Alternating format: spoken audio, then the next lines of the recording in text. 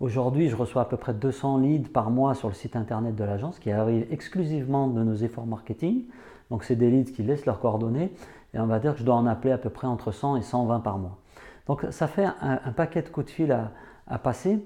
Et la bonne nouvelle, c'est qu'en mettant en œuvre la méthodologie inbound, vous vous retrouvez dans la position où les gens attendent quasiment votre coup de fil. C'est-à-dire que ce sont des gens qui ont volontairement laissé leur numéro de téléphone.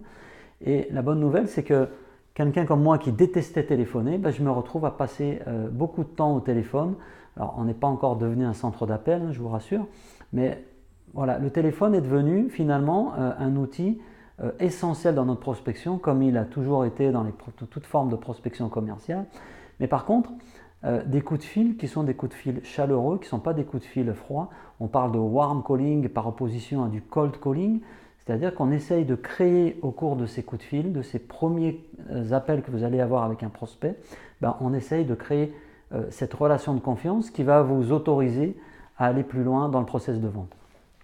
Tout ça, c'est ce qu'on appelle le connect call. Et c'est une étape qui est cruciale dans votre cycle de vente si vous décidez de mettre en place la méthodologie inbound. Il s'agit en fait de ne pas gâcher tous les efforts marketing que vous allez mettre en place en amont du pipe, c'est-à-dire que vous allez créer des contenus pour attirer des visiteurs, les convertir en leads.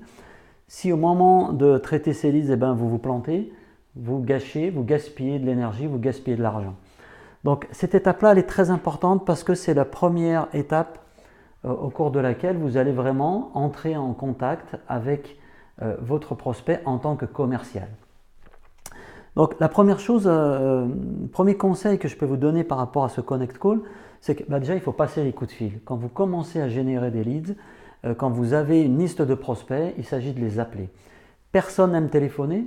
Je sais que dans le secteur industriel, la partie prospection, elle est souvent dévolue à des gens qui sont plutôt technico-commerciaux, donc plutôt techniques que commerciaux.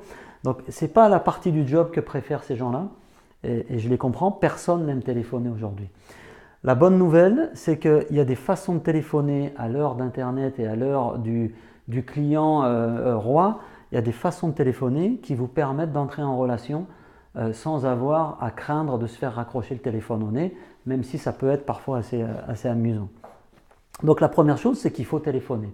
Donc constituez-vous des listes de prospects. Moi j'ai une liste que je mets à jour en permanence de 40 à 60 prospects que je mets à jour, que je complète, que je m'attribue des tâches et j'essaye de passer au moins une dizaine de coups de fil par jour avec l'objectif d'avoir au moins 6 prospects chaque jour au bout du fil. Ça veut dire qu'il faut que je les ai vraiment au téléphone.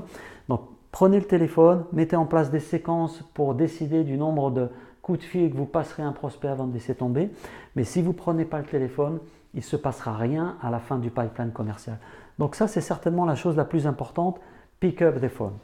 La deuxième chose, c'est qu'avant de prendre le téléphone, vous avez aujourd'hui un certain nombre de possibilités pour éviter de passer pour un bon vieux commercial quand vous allez prendre le téléphone. Ce que je veux dire par là, c'est que si vous téléphonez à quelqu'un et que les 5 premières minutes de votre call consistent à raconter votre vie ou à dire qui vous êtes ou à dire ce que vous vendez sans même vous intéresser au prospect, vous avez foiré complètement le call. Donc il s'agit de faire ses devoirs, donc faites tes devoirs avant de téléphoner. Moi je me le suis écrit en gros au-dessus de mon ordinateur et au-dessus de mon téléphone.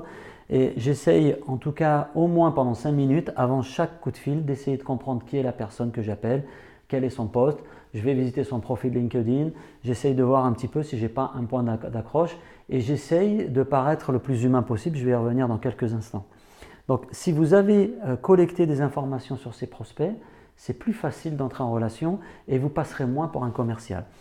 La bonne nouvelle, c'est que si vous utilisez en plus des outils d'optimisation des ventes ou des outils d'aide à la vente comme ceux que propose HubSpot, vous allez même savoir ce que la personne a visité sur votre site, ce qu'elle a téléchargé, ce qu'elle a ouvert comme document.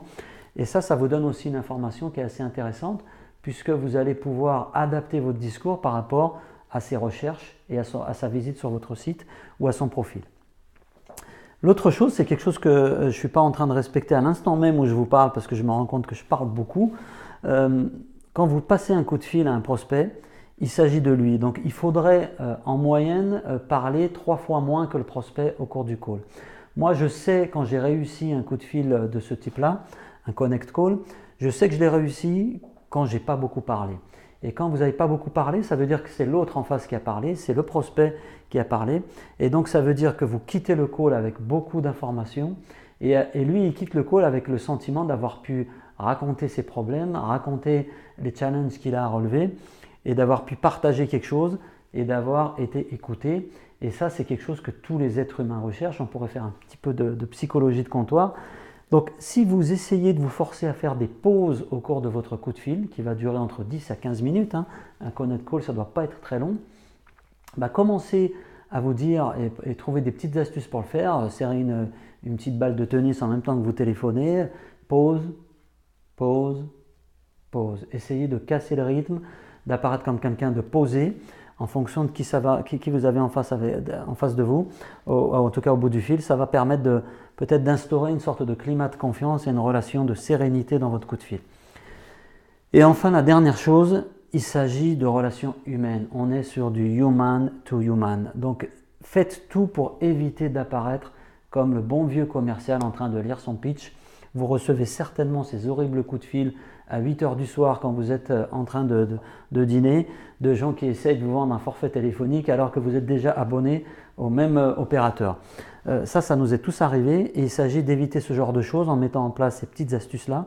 Rappelez-vous que vous parlez à des gens, donc n'hésitez pas à apparaître comme un humain.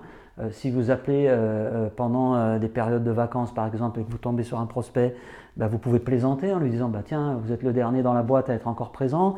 Essayez de trouver une accroche en étant naturel. N'essayez pas de jouer un rôle, n'essayez pas de lire un pitch et essayez d'être vraiment un être humain. Et j'ai un petit clin d'œil ici à mon passé de chimiste. Moi, ça me rappelle quelque chose en chimie qu'on appelle la liaison H. La liaison H, c'est une liaison qui permet de lier les molécules d'eau entre elles. C'est une liaison un peu à part entière dans le monde de la chimie. Et c'est cette liaison qui donne à l'eau ses fantastiques propriétés. Et s'il n'y avait pas cette liaison H dans l'eau, l'eau n'aurait pas du tout les mêmes propriétés.